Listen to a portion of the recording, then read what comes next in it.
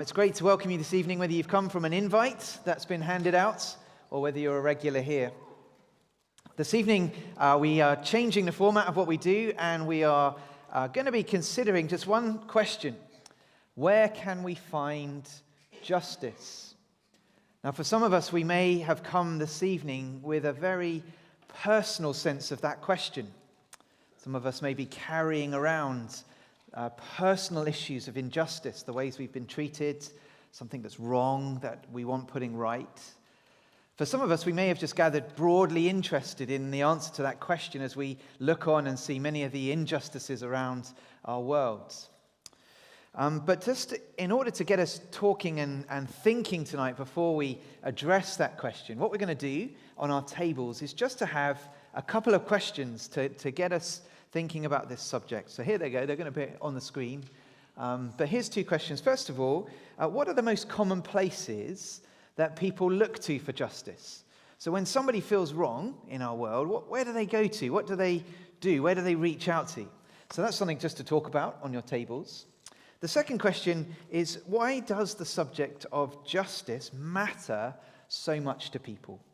Because it really does matter, doesn't it? You know that when you've been wronged and you want something put right. It really matters. But why does it matter?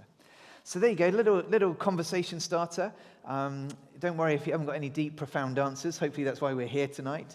But why don't you just talk about those questions for a few moments, and then I'll pull us back together and introduce what we're going to do next. Thank you.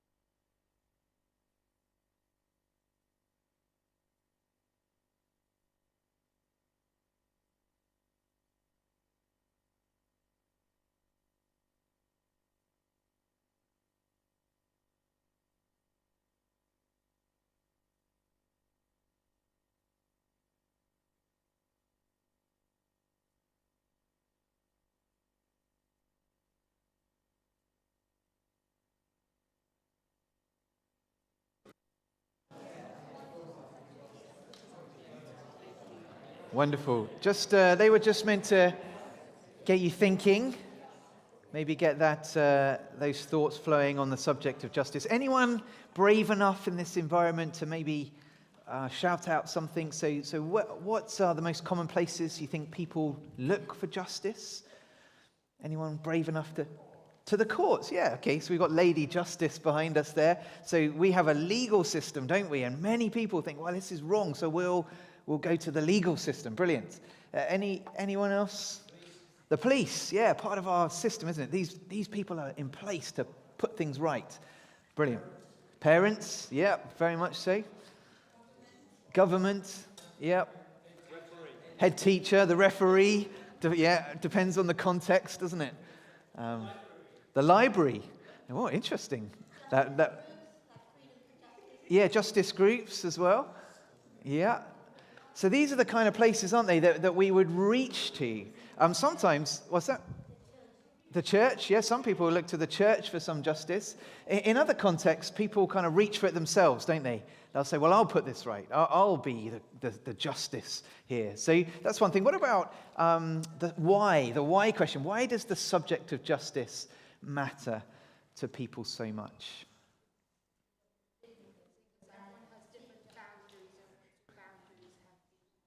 Yeah, that's right, because people have boundaries, and when they're crossed, that matters, and people want something done about that. Yeah, thanks, Olivia, that's really helpful. Yeah. Yeah, wanting fairness, yeah, absolutely. Yeah, those are the kind of why things, aren't they? To keep you safe, yeah. Because actually, when there's injustice, we don't feel safe, do we? There's a problem with that. Great, so these are things to just get us going. Now, what we're going to try and do this evening is take this question, where can we find justice? And we're going to try to do something very specific tonight, which is Jonathan, who's one of the pastors here, is going to come and help us to see how the Bible answers that question. What's the Christian worldview answer to this question? We want to present that to you. So I'm going to hand over to Jonathan, who's going to come and do that. And then there'll be a chance for some Q&A after that. But I'm going to hand over to Jonathan now, who's going to take us through. Right, thank you. Thanks, Nathan. So as Nathan has already said, our question this evening at the Big Questions Cafe is, where can we find justice? And for many of us, that's a really personal, burning issue. Even tonight, I'm sure there are many people for whom that question is not just an academic question, it's a real question. Where can we find justice? What I'm going to do is try to answer that question from a Christian perspective, as I'm a Christian pastor, knowing that there will be both Christians and also those people who wouldn't call themselves Christians in the room. But whether you call yourself a Christian or not, I'm sure I'm on safe ground. I'm hoping I'm on safe ground. It's in saying that we all desire to see justice done in this world, don't we? We all desire to see justice done. So I don't know whether you remember the case of Sarah Everard, who got snatched in South London. We were wanting justice to be done there. Everything in us wants justice, particularly if we're on the wrong end of injustice. The TV series Breaking Bad, I could only watch one episode of this. I got too anxious about it because I'll tell you why. Because it tracks the descent of a guy called Walter White from a family man and a chemistry teacher to, in effect, a drug baron, a drug lord. And the creator of Breaking Bad is a guy called Vince Gilligan.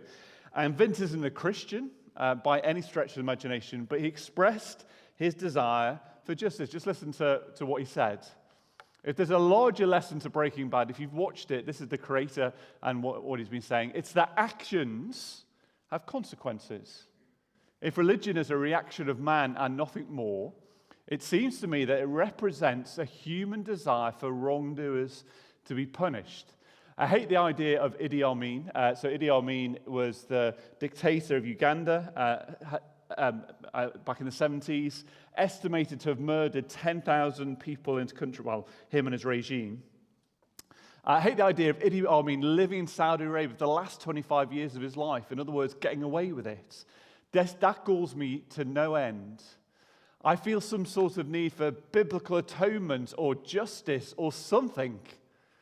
I'd like to believe there is some comeuppance, that karma kicks in at some point, even if it takes years or decades to happen. And here's a man who, I think the background of Vince Gilligan, he's come from a Jewish background rather than a Christian, but wouldn't call himself a Jew, a practicing Jew. Here is a man who wouldn't call himself religious, wouldn't say he's a practicing member of any faith, but he hungers for justice. And actually the thing that he created, Breaking Bad, the TV series, reflected that hunger for justice. And so if we all desire justice, then that leads on to the next question. Can we find justice? Is justice one of those things that we long for and we can't ever find it? And the world offers a wide range of options on that. And here's a very pessimistic option from atheist biologist Richard Dawkins. This is what he says. In a universe of blind physical forces and genetic replication, some people are going to get hurt, other people are going to get lucky, and you won't find any rhyme or reason in it, nor any justice. And so Dawkins says this universe is created by chance, it's ruled by chance. You're not going to find any justice in there because it's a universe of chance. And so that's one worldview. That's probably on the most pessimistic end. On the more optimistic end, it's the worldview of a Christian pastor, Martin Luther King Jr. The arc of the moral universe is long, but it tends towards justice.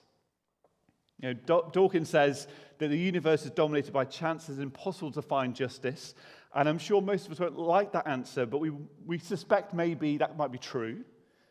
But here, Martin Luther King Jr. has a more optimistic view. I guess we want that to be true, but we look around the world and see the examples where it doesn't feel like the arc of the moral universe tends towards justice. And so we wonder, I'd like that to be true, Martin Luther King, but I'm not sure it is. And as we seek the answer to the question of justice, can we find justice? We need to work out, what is justice? How do we define justice? Because in one sense, if we're saying, where can we find justice, we need to be able to know what is justice. Now, the problem is that life doesn't come with a rule book, does it? There's no something external in us telling us what is right and what is wrong. To put it another way, we do not have an agreed basis for morality. People differ on what is right and what is wrong. For a start, people's morality and sense of justice varies from country to country. So, for example, abortion is legal in a defined set of circumstances in the UK, but you just travel to Cairo in Egypt and it's illegal. We inhabit the same world. We have two different stances on the rightness and the wrongness of abortion. Which country is right? People in the UK may look at Egypt and say that they're in the wrong. But I guess the question is, on what basis do we say they're in the wrong? Maybe people in Egypt look at us and say we're in the wrong. And again, on what basis, by what standard are we measuring that someone is in the wrong? So people's morality changes depending on geography. People's morality and sense of justice also changes with time. I don't know if you noticed that. For example, 10 years after the TV show Friends finished in 2004, Netflix began to stream all 10 series of the show. However, they cut certain scenes and jokes because they were regarded as either transphobic or fatphobic or homophobic. When Friends started back in 1994, it was a good reflection, it seemed to be, of the morals of American society.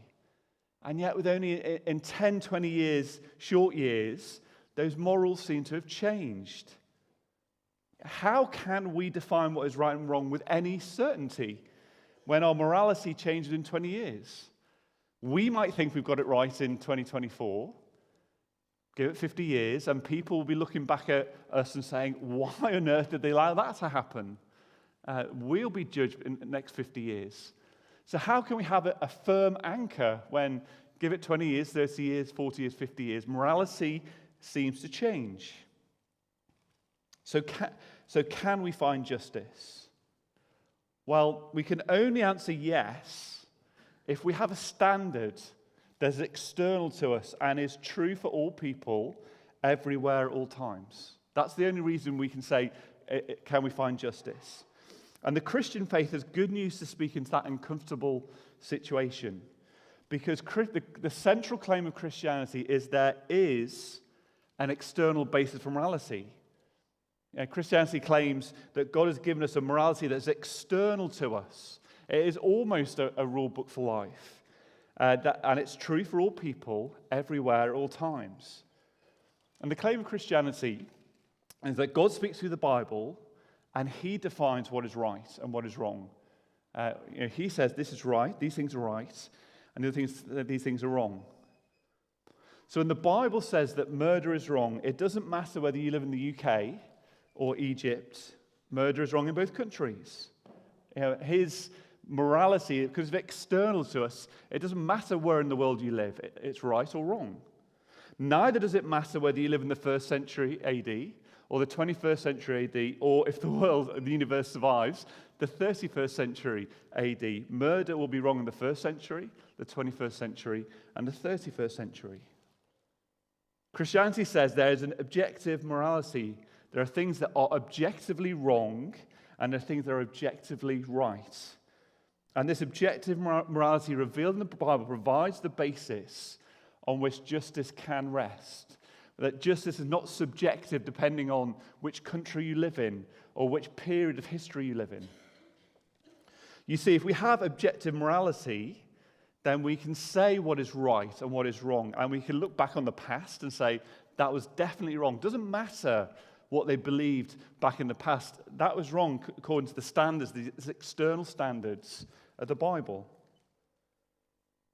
So where can we find justice? Well, the Bible doesn't just give an objective basis for morality, it tells us where justice can be found. I think our great fear is that people will commit injustice and get away with it. For Vince Gilligan, it was Idi Amin. Amin died without having to face the consequences of what he'd done. Today, a more recent example is Jimmy Savile. He committed some appalling crimes and he died without facing justice. And the Bible says that although Idi Amin or Jimmy Savile escaped human justice by dying, they will not escape God's justice. At the very end of time, justice will be done. The arc of the moral universe is long and it tends towards justice. And the reason why Martin Luther King could say that, because he was a Christian. And the God of the Bible is a God who cares about injustice. He's not up there thinking, oh, it doesn't matter. He cares about injustice. He will not allow injustice to go unpunished. One day, every act of injustice will be held account and punished by God. And in for many ways, that is what our hearts long for, isn't it? That sounds good news for those of us who've experienced injustice and is not going to get any resolution for that injustice here on earth. It's good news, but if you stop and think about it, it's also bad news. Because we're a part of the problem as well, aren't we? We may not have committed injustice on the scale of Idi Amin or Jimmy Savile, and yet the seeds of injustice lie in our hearts. We may not have murdered 10,000 people like Idi Amin, but the seeds of anger that grew out of control in his heart and led them to murdering people lie scattered in our hearts, don't they, if we're really honest? How many times in anger have we cut someone dead through our words because we wanted to be top dog or they had offended us? You know, if God punishes all injustice, then we are in danger too, because we are not completely just, are we? But the story of Christianity is also one of hope. And central to the Bible storyline is the man Jesus Christ. This innocent man, Jesus, suffered a massive miscarriage of justice as a kangaroo court sentenced him to death on a cross. The comfort of the Christian faith is that if you're feeling that you've experienced injustice, then God also knows what it means to experience injustice too. And this may seem like a tragic end to a promising life, yet it's all part of God's plan, ultimately, to bring justice. Just listen to how the Old Testament prophet Isaiah described what was happening with Jesus on the cross. He said this: "Surely he took up our pain and bore our suffering, yet we consider him punished by God, stricken by him and afflicted. But he was pierced for our transgressions. He was crushed for our iniquities. The punishment that brought us peace was on him, and by his wounds we are healed. We were like sheep have gone astray. Each of us has turned to his own way, and the Lord has laid on him the iniquity of us all." And so Jesus died on the cross so that everyone who owns up to the injustice they've done before God that injustice can be taken and placed on the head of Jesus, and they can receive forgiveness for that injustice. That injustice will be punished on the cross. Because on the cross, God the Father laid on innocent Jesus the iniquity of human beings. And iniquity just describes our inner being, our self that's twisted and warped. And having laid the injustice we've committed on Jesus, God punished it by striking Jesus, by inflicting him, by crushing him, by wounding him. However, this leaves the injustice of all those whose punishment wasn't taken by Jesus. So Jesus took the punishment on the cross of those people who will repent of their injustice. And those people, what about those people who carry on in their injustice, for the Jimmy Saviles, the Idi Amins of life? And the Bible says that God will not sweep injustice under the carpet. Rather, one day, and he's put a day in the history of the universe where he will judge all injustice and those who've committed injustice.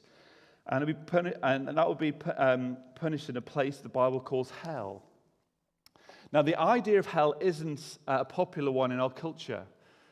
And yet, without it, injustice will go unpunished. Hell is a place of conscious, eternal punishment for all the injustice that's not been taken by Jesus on the cross. So if hell does not exist, then Idi Amin and Jimmy Savile and everyone who's committed injustice and escaped justice from this place will have got away with murder, quite literally. And yet if hell does exist, then no injustice will go unpunished. Justice will be done, either on the cross of Jesus or in a place called hell. I'll end my talk with completing that Vince Gilligan quote. I didn't say all of it. Let me say it. I feel some sort of need of biblical atonement or justice or something. I like to believe there is some comeuppance, that karma kicks in at some point, even if it takes years or decades to happen. My girlfriend says this great thing that's become my philosophy as well. I want to believe there's a heaven. Now get this next line from someone who's not a Christian. But I can't not believe there's a hell. I want to believe there's a heaven, but I can't not believe there's a hell. Vince Gilligan says, I want to believe in heaven, but if you say there's no hell, what about injustice? He says, I can't not believe there's a place where injustice will be paid for. So thank you for listening. I'm going to hand back to Nathan. He's going to take over the next part of our evening tonight. There we go. Thank you. Thanks, Jonathan. And I'm sure that's kind of stimulated some thought and some questions, just hearing in a kind of a very short space of time the biblical worldview, the Christian worldview about justice. And so what we're going to do is just turn back onto our tables. There'll be some more refreshments served, so if you want to grab yourself some more snacks or tea or coffee, have a chat together, just to get you talking. Jonathan's put 2 questions for us to talk about. What or where do you look to define what's right and wrong? Where do you get your moral standard from? And what do you make of the hope of the justice held out in the Bible? Just bat those around. This is an open place to talk about those things. Also, if you've got any questions connected to what Jonathan said, in a few moments' time, once we've had a chance for some more snacks, some more chance to talk these questions through, we're going to have a Q&A. So I'm going to get Jonathan up the front, and it's our chance to grill him with some questions. So that on your tables, there's some bits of paper, and you can write down a question. If you just bring it to me at the front here, then I'll seek to ask those questions to Jonathan in a few moments. So please talk about these questions on your tables. Grab some more snacks if you want to, and then we'll gather together in about 10 minutes' time to go through those questions.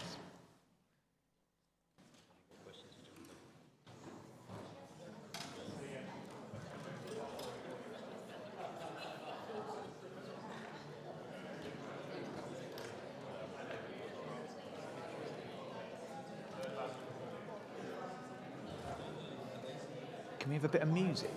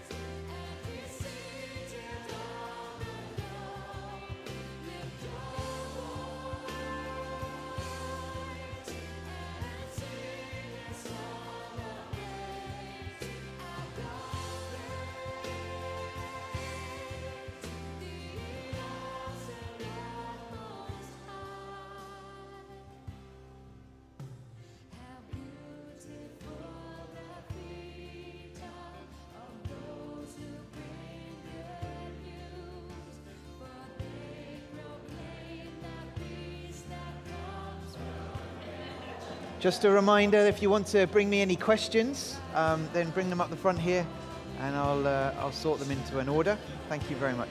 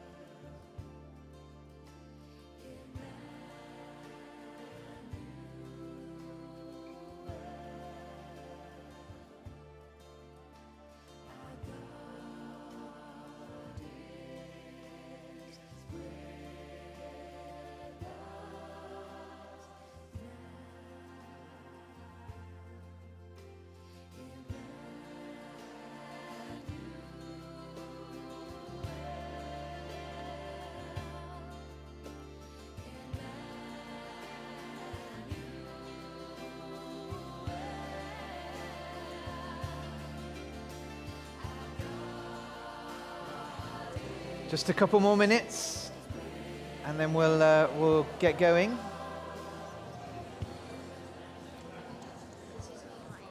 Thank you.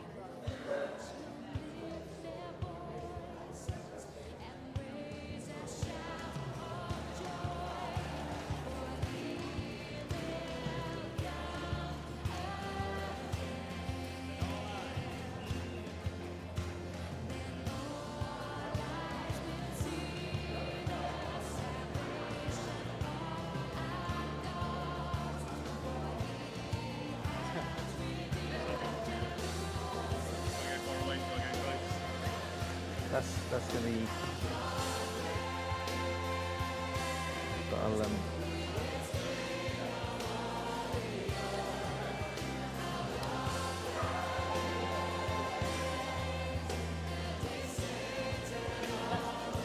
yes, dear. Any final questions for us?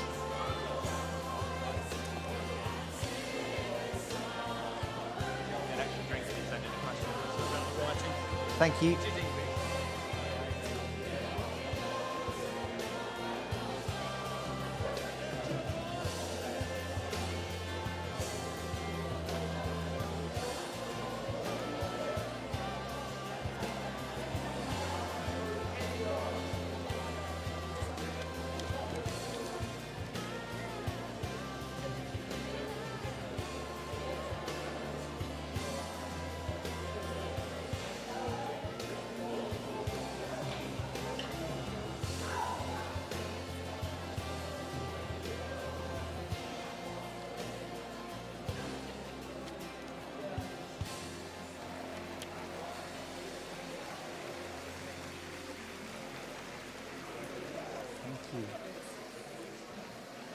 Brilliant.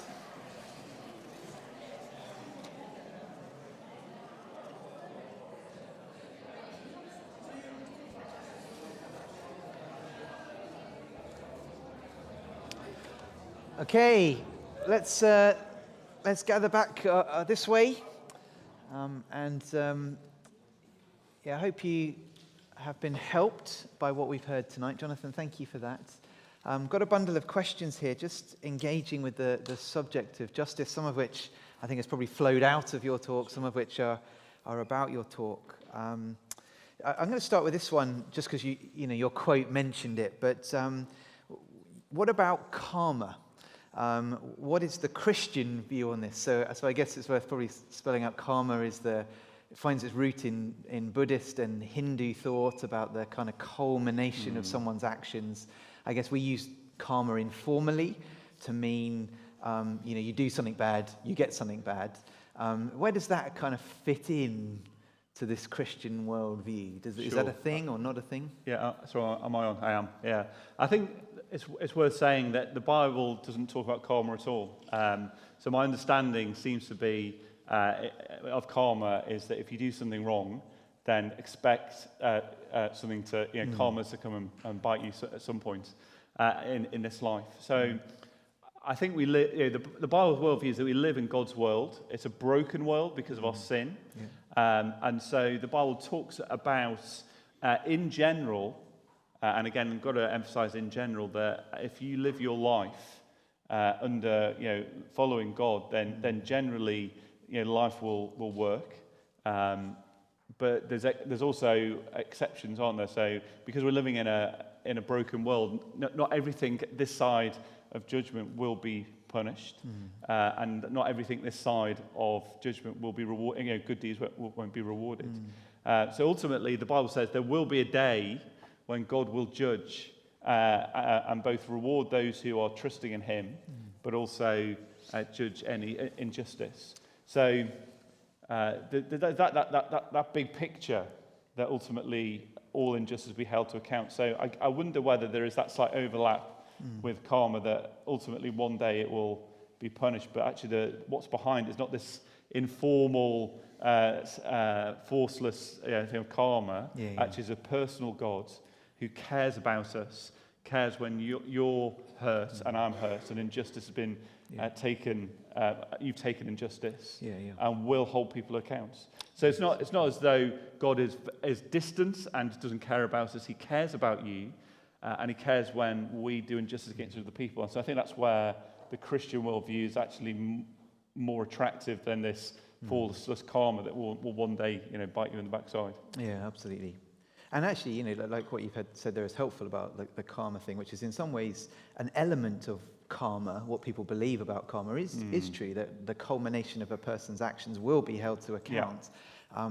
What's distinct about the Christian worldview is it's not kind of a one-on-one, if someone trips over, you're like, oh, you must have done something bad this morning. It doesn't quite work like that, because actually the Bible has so many accounts of righteous people who go through injustices and experience bad things. Job, Jesus, these are people who lived good, but received bad in this life. So there is that moral arc, isn't there? That's really right. It's helpful. Thanks, Jonathan. I guess connected to that is, so we've talked about, that quote from Martin Luther King Jr. was helpful about the moral arc, and Christians do have that trajectory. But quite a lot of questions have come in just about now. Christians caring about justice now. What is the place for justice now? So there's a few which we'll kind of try and roll into one. But where is justice now, or perhaps what is the mandate for Christians to act as agents of justice?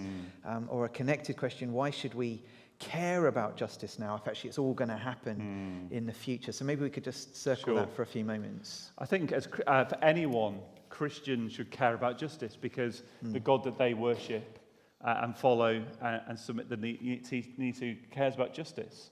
And it is really helpful, that question, that it's not just, I've had injustices happening in this world and I just leave it to God at the very end of time.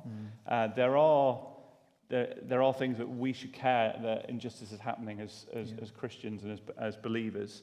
And it's just working out how you then get involved in that. So the Bible talks about, God setting up, governments, human governments, to be that, to fulfill that role of administering justice. Now, obviously, not all governments do that, and not even the best governments do it well. But in one sense, that is something that God has created in this universe. I think on a personal level, I think it's taking time to write to MPs to fight for justice. So across the centuries, Christians have been at the forefront of saying this is not just. And we need to do something now. So, for example, William Wilberforce and the slave trade. That's one example. He was an MP. So it's not as though we say, okay, I'm just going to wait, and God will deliver justice.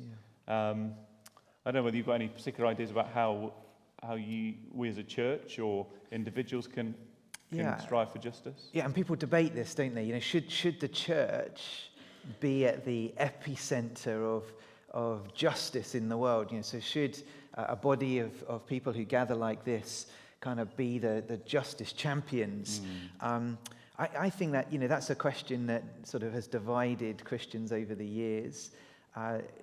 Ultimately, the church is the pillar and foundation of the truth, which means that we hold up the message of Jesus Christ and his justice. But actually, there is a place for individuals who make up the church, and there is a place for, at times, the church to be reflective of our God's justice in life. So it's, you'll find lots of Christians at the epicenter of campaigning for justice, whether that's human trafficking or poverty, or really wanting to do it because they care. So I was thinking as you were talking of the verse in Micah, what does the Lord require of you? And one of those things is to act justly. He wants his people to act with justice, doesn't he? And so yeah, some people Christians differ on how much the church should be involved in those things. But the bottom line is we should care about justice as Christians. Why? Because our God cares about justice, and therefore we should be at some form on that cutting edge. But whether that's the role of the church uniquely, or the people who make up the church, if you get that distinction, that's a different thing. So. I think one thing to say is that the church should be a community that shows justice as they relate to each other. Interestingly, when Zacchaeus met Jesus, he was like a Jewish tax collector, who had been scamming a lot of people for skimming off tax from the top. He meets Jesus, he comes to Jesus and repents in repentance and faith. And so it's not just as though he gets forgiven and that's okay. He actually pays back more than there's the idea of restitution. And so I think as Christians, one of the ways in which we can't, little old me can't change the governments. I can be part of trying to write to MPs and praying, but also we can model a community in here which actually says, okay, there's forgiveness, but also we sometimes have to put things right. And so that's an attractive place for people who aren't convinced Christians to come into and see, okay, if this is what Christians are like, that then reflects what the God they worship is like. Yeah, I think that's right. And as Christians, we're trying to steer a line between sort of two kind of ends of the spectrum. That one end of the spectrum is kind of, well, God's going to put it all right anyway, so I just won't bother doing anything. We're not to be there as Christians. But the other end is, I'm going to sort this world out. I'm going to put everything right, because actually neither. So we're sort of steering a line between inactivity and overactivity. We've got to get that balance of entrusting ourselves to Him who judges justly, but also not doing nothing. Actually, the people who walk by the injustice, the people who do that, actually will be held to account for that, because we're called to be people who care about justice.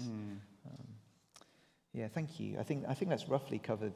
And I think you've covered as well. Where is justice now? Actually, wonderfully, you mentioned the government. God establishes governments, and there are justice. We see justice happen in particular ways. Not always, but we thank God for the agents He's put in place. Don't we? Absolutely. So I think that covers some of those questions. If it doesn't, come and ask afterwards. But that's the kind of justice now stuff.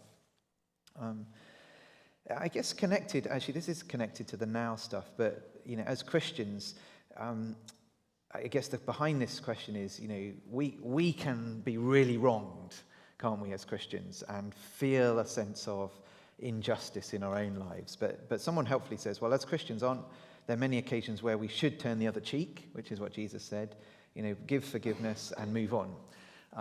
How does that Christian attitude fit with the wanting justice kind of thing? Can you marry those two up for us? Yeah. So as Nathan said, Jesus did say, turn the other cheek. I think that was in a particular situation where you've been wrong personally, suffered a particular personal affront. So I guess it's a wisdom call, isn't it? So there's going to be times in which you're wronged, and you say, okay, I'm gonna, even if the other person doesn't come to you and say, I'm really sorry, I wronged you here, please forgive me. Even if that doesn't happen, then we can, turn the other cheek and forgive. I guess there's questions over how that relationship reconciles. But I think there are going to be times when what you have experienced, a wrong you've experienced by someone else, you need to bring that up. So the call is still to forgive. So many people have been eaten up by resentment, just harboring. You've got to forgive, but then forgiveness doesn't necessarily mean that relationship is automatically reconciled. And so if something big is weighing on your heart, then actually going to someone and saying, actually, what you've done was, has hurt me, is wrong. And I just want to bring that to you, that I've forgiven you in my heart. But I want our relationship to be reconciled, and we need to move on. So where it falls on one side or the other, whether you just you turn the cheek and don't mention it. So the Bible does talk about love covering over a multitude of sins.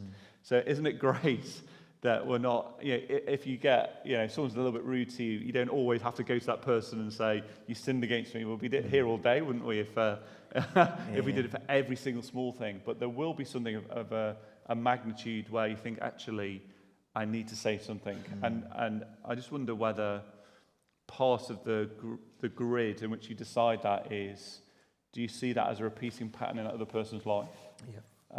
Is it hurting other people? And also depends on whether whether Christians or not Christians, because as Christians we have a basis of saying, actually, I know I need to say, I'm sorry, please forgive me, but that's not always shared outside of the church. Thank you. That's actually really, really helpful. Thank you. A couple more questions. One of these is really difficult, but actually it's one that I've certainly heard the word justice used. But what about a 5-year-old child who has cancer? People would use this language. Where is the justice in that? With the Christian worldview, how would you speak into that situation? That's just really hard, isn't it? When I saw the question, I thought, oh, okay, that's really hard. I guess there's different ways of answering that, and maybe I'm not going to answer it very well. It's interesting that when we see like a 5-year-old, let's take an example, a 5-year-old child with cancer, we say, where is the justice? Now, interestingly, and this might be a bit, because there's lots of feeling. If that's your child, there's lots of feelings wrapped up in that. Absolutely. So, if I was talking to someone who's the parent of the child, I'd say something different. But if I step back and someone's looking in from the outside and saying, where is the justice of this? It's an interesting question, because if you think of that line, so you've got Richard Dawkins, you've got it saying that the universe is random and there's no justice, and you shouldn't expect to be any justice. Or if you go to the Martin Luther King Jr. quotes, which says the arc of the moral universe tends towards justice.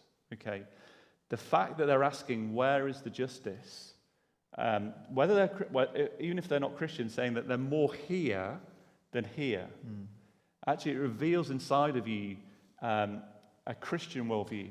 That actually you're asking, where is the justice for this person? If you really believe, if you're an atheist and you really believe, in atheism, and we're just a random, blobs on a planet, then asking that question is out of character with your worldview, because there is no justice.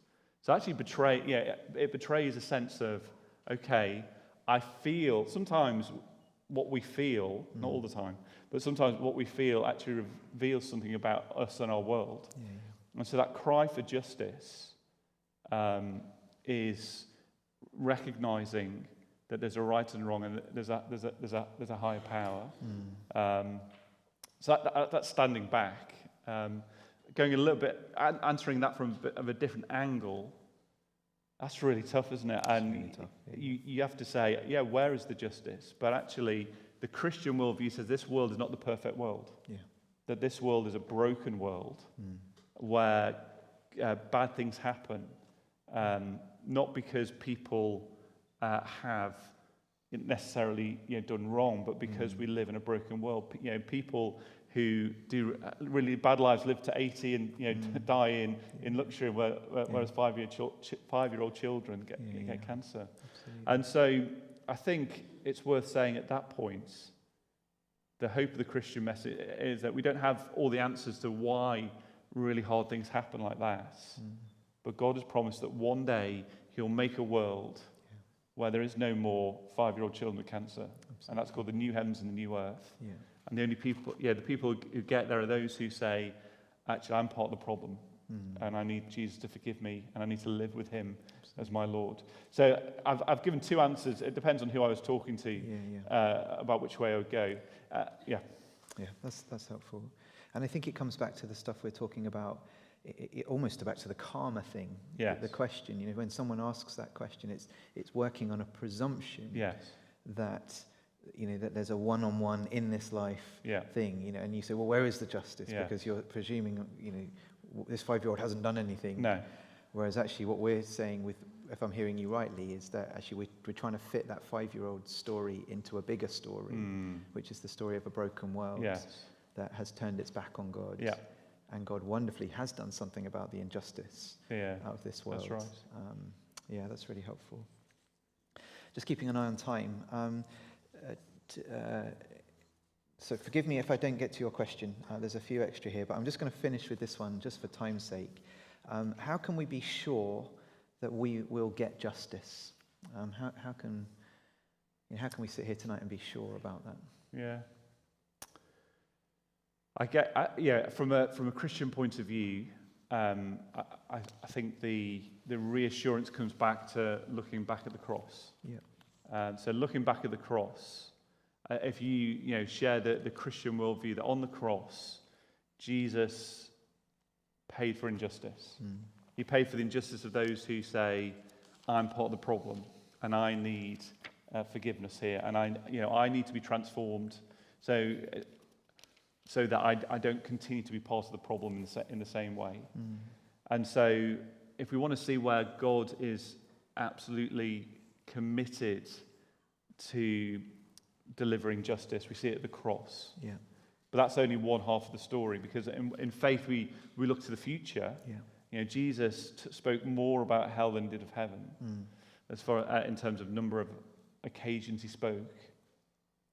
And as we look to the future, we've got to think, okay, he punished injustice on the cross. We need to trust Jesus when he says in the future his heavenly Father is going to punish injustice in the future as well. I guess that's where I'd look to think, okay, well, how can I be sure? Now, obviously, that to a certain extent that requires faith, but also it's rooted not in, I just want to believe this to be true, but it's rooted in historical objective events that Jesus died on the cross. It's really helpful, actually. Just as you were talking, it reminds me of that verse where Paul's speaking in Athens, and he says, for he has set a day when he will judge the world with justice by the man he has appointed. So he's got that day, but how do we know? Well, he's given proof of this to everyone by raising Jesus from the dead. And so the resurrection is really our affirmation. Like you say, the cross, shorthand for the cross and resurrection, is our solid point to know that we'll get justice. Yeah. Thank you, Jonathan. Thanks for tonight. That's really, really helpful. I'm sorry if I didn't get to your question this evening. We'll be hanging around at the front for a bit afterwards if you want to do that. But just to say thank you for coming. If we've touched on anything tonight that you'd like to talk about personally or privately, then we'd love to engage with you on that and talk with you. Just to say as well, we also run a Christianity Explored course. So if you are interested in learning a little bit more about God's justice and how that's satisfied in the Lord Jesus, then we'd love to help you with that. I think we've got one starting very soon. Is that right? I'm just looking to Dougal, and we've got one. Do we know the date then that's starting? No, we're going to pin that down very soon. If you're interested in the Christianity Explored course, just scribble your name down. We'll get in touch with you. It's just a 4-week course that you can come hear about Jesus, what he taught, ask some questions, or sit in silence. It's entirely up to you, but we'd love to help you through that journey. I was really helped just as we were thinking about this evening, and I'm going to finish with this for us this evening. And then please don't feel like you have to rush off. There's probably a few more snacks. But let me just read these words from the book of Isaiah, an Old Testament prophet. And he says this: "Yet the Lord longs to be gracious to you. Therefore he will rise up to show you compassion. Why? For the Lord is a God of justice, and blessed are all who wait for him." Thank you for coming this evening. It's been great to have you here. Please don't rush off. Come and talk to us if you'd like to know more. Thanks for coming.